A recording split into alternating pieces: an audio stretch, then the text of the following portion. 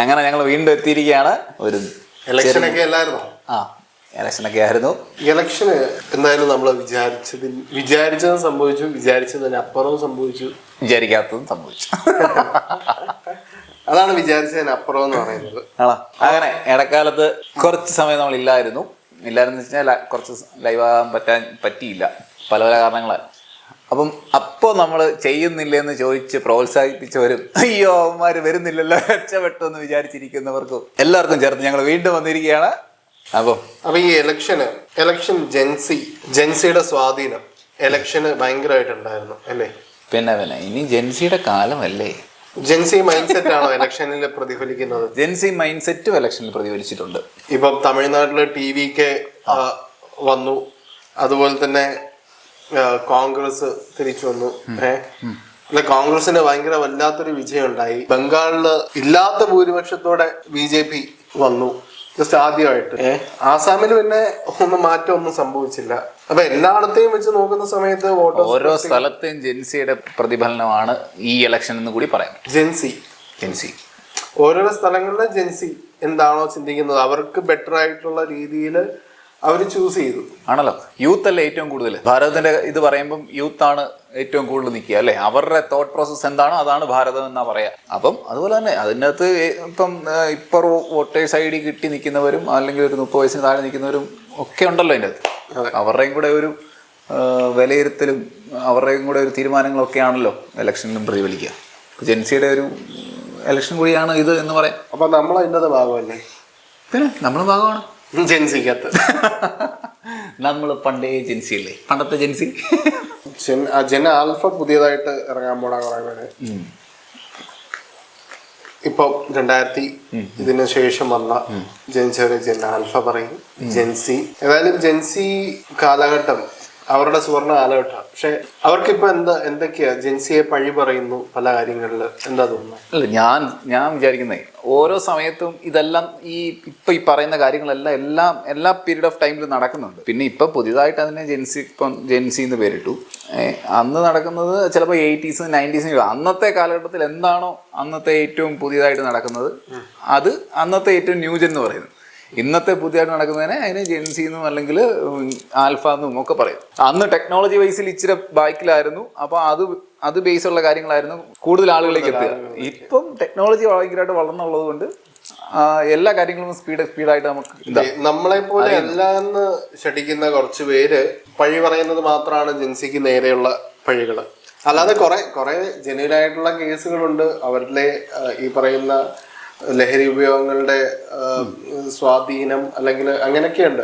എന്നാൽ പോലും അതിലൊന്നും പെടാത്ത കുറെ പേര് നമ്മുടെ ഇടയിലുണ്ട്. അവര് കുറച്ചുകൂടി അഡ്വാൻസ്ഡ് ആണ്, അവര് കുറച്ചുകൂടി ഫാസ്റ്റ് ആണ്. കാരണം ആ രീതിയിലാണ് അവര് ഗ്രോ ചെയ്ത് വന്നത്. പക്ഷെ അതൊന്നും കണ്ട് ശീലിച്ചില്ലാത്ത ജെൻസി ആളുകൾ മുമ്പ് അവരെയൊക്കെ കുറ്റം പറയുന്നതാണ് നമുക്ക് കാണാൻ പറ്റുന്നത്. അപ്പം ഈ ജെൻസി എന്തായാലും അവര് വോട്ട് ചെയ്തിട്ട് 1999 അതിനുശേഷം അതാണ് ജെൻസി എന്ന് പറയും. ഏതായാലും അവരൊക്കെ വോട്ടിട്ടു, അവരുടെ ഒരു സ്വാധീനം കണ്ടു. അവരൊക്കെ ബാലരമയൊക്കെ വായിക്കുന്നു. ഇല്ല, അവര് പുതിയ ബുക്സ് ഒക്കെ ആയിരിക്കും വായിക്കും. ഇപ്പൊ ബാലരമയ്ക്ക് പ്രസക്തി ഉള്ളൂ. അതല്ല, ഓരോ സമയത്ത് ഓരോ ഇതല്ലേ. ഇപ്പൊ നമ്മള് റാം കെയർ ഓഫ് ആനന്ദി എന്ന് പറഞ്ഞൊരു ബുക്ക് ഇറങ്ങിയില്ലേ? ഇറങ്ങിയപ്പം അത് കുറച്ച് ഇൻസ്റ്റയിലും മറ്റുള്ളതിനകത്തെല്ലാം കുറച്ച് വൈറലായി, ട്രെൻഡിങ് ആയ സമയത്ത് എന്തായി? വിറ്റുപോയി. അപ്പം ഞാൻ പറയുന്നത് എന്നും ഇതെല്ലാം ഉണ്ട്. അതിന്റെ അളവ് ചിലപ്പം ചില സാഹചര്യങ്ങളിൽ കൂടിയും കുറഞ്ഞിരിക്കും. എല്ലാവർക്കും ഒരു സാഡിസ്റ്റ് മൈൻഡ് സെറ്റോ അല്ലെങ്കിൽ ഇപ്പം വാർത്തകളാവുന്നത് പലപ്പോഴും ഈ പറയുന്ന നെഗറ്റീവ് കാര്യങ്ങൾക്കായിരിക്കും. ഈ നെഗറ്റീവ് കാര്യങ്ങളാണ് പ്രൊജക്ട് ചെയ്യപ്പെടുന്നത്.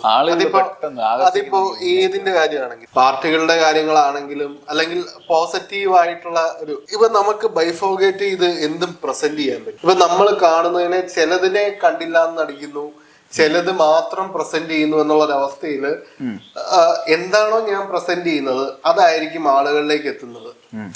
ഞാൻ എന്ത് സ്കിപ്പ് ചെയ്തോ അത് അവിടെ അൺടച്ച്ഡ് ആയിട്ട് തന്നെ കിടക്കുന്നു, അത് ആരിലേക്കും എത്തുന്നില്ല. അപ്പൊ അങ്ങനെ അൺടച്ച്ഡ് ആയിട്ട് കിടക്കുന്ന ജെൻസിയുടെ പോസിറ്റീവ് വശങ്ങള് അതേപോലെ തന്നെ നിൽക്കുന്നുണ്ട്. ഇപ്പൊ പുതിയതായിട്ട് അവരുടെ മുകളിൽ പഴിയായിട്ട് വരുന്ന സാധനങ്ങൾ അത് പ്രൊജക്റ്റ് ചെയ്യിക്കുന്ന മാത്രമല്ലാതെ ഈ മീഡിയാസ് അവരെ ഫോക്കസ് ചെയ്യുന്നു. മീഡിയാസ് ആണ് ഇതെല്ലാം ഉണ്ടാക്കുന്നത്. ജെൻസി പെടാത്ത കുറെ മീഡിയയിൽ കയറിയിട്ട് അവന്മാരുടെ കണ്ടുപിടിയാണെന്ന് തോന്നുന്നു എനിക്ക്. അത് തന്നെ എന്നാന്നറിയോ, ഇപ്പൊ പുതിയ ആളുകൾ അവിടേക്ക് വരുമ്പോൾ അവർ ചിന്തിക്കുന്നതായിരിക്കുമല്ലോ അന്നത്തെ അല്ല ആ ടൈമിൽ ഇപ്പൊ നമ്മൾ കാണാൻ പോകുന്നത്. ഓരോ സമയത്ത് ഏത് ആളുകളാണ് ഇരിക്കുന്നത് അവരുടെ ചിന്താഗതിയാണ്. ഇപ്പം ചാനലിൽ നിന്ന് പ്രസന്റ് ചെയ്യുന്ന ആളുടെയും ആ ഡെസ്കിൽ കൂടുതലുള്ള ആളുകളും ചിന്താഗതി ആയിരിക്കും ഒരു ചാനലിലൂടെ വെളിയിലേക്ക് വരിക. അപ്പൊ അവരുടെ ചിന്താഗതി അതിലേക്ക് കൂടുതൽ ജെൻസി വരുമ്പോൾ മാറി ജെൻസിയുടെ ടൈപ്പ് ഓഫ് സാധനങ്ങൾ നമ്മൾ കൂടുതൽ കാണും. എല്ലാത്തിലും അതിനാണല്ലോ. അങ്ങനെ ജെൻസിയെ പ്രൊജക്റ്റ് ചെയ്ത് അവര് റെസിസ്റ്റ് ചെയ്യുന്ന ഒരു ഘട്ടത്തിലാണ് അവരെല്ലാം കെട്ടിയെടുത്തോണ്ട് പോകും. നെഗറ്റീവുകൾ പെട്ടെന്ന് പറയൂലേ, നെഗറ്റീവ് പെട്ടെന്ന് വരുമ്പോഴത്തേന് അതങ്ങ് എടുത്ത് കാണിക്കുക ചെയ്യുക. അപ്പൊ അത് കൂടുതൽ ഇവരെ അല്ലെങ്കിൽ ഈ ഒരു ആളുകളെ കൂടുതൽ അങ്ങ് കാണിക്കുന്നു. എല്ലാവർക്കും ഉണ്ട് പോസിറ്റീവ് നെഗറ്റീവ്, പണ്ടുള്ളവർക്കും ഉണ്ട്, ഇന്നുള്ളവർക്കും ഉണ്ട്. ഇപ്പം എല്ലാവരുടെയും സാഹചര്യം എന്താ, പിന്നെ കൂടുതൽ അങ്ങനെ ഒരു ചിന്താഗതി. ചേട്ടാ എവിടാ പറഞ്ഞു നിർത്തിയെന്ന് പോലും അറിയാതെ പറഞ്ഞോന്ന് പറഞ്ഞ എന്തോ പറയാൻ വായിക്കാത്ത കൈയിടുന്നോ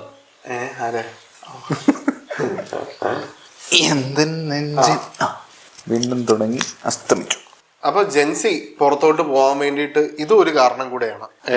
ഇങ്ങനത്തെ ബ്ലെയിമിങ്സും ഇങ്ങനത്തെ സംഭവങ്ങളും.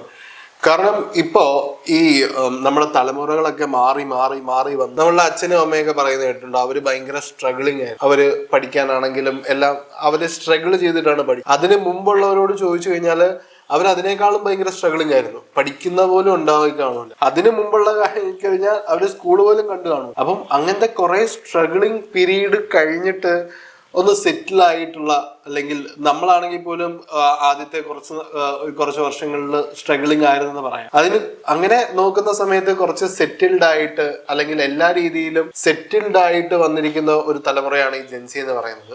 അത് ജെൻ ആൽഫ അതിനേക്കാളും കുറച്ചുകൂടി സെറ്റാണ്, ഡെവലപ്ഡ് ഏകദേശം ഒക്കെ ഒരു ഡെവലപ്ഡ് ആകുന്ന ഒരു കൺട്രിയും. അവര് നേരെ ജനിച്ചു വീഴുന്നത് ഈ പറയുന്ന മൊബൈലിന്റെ ഫ്രണ്ടിലാണ്.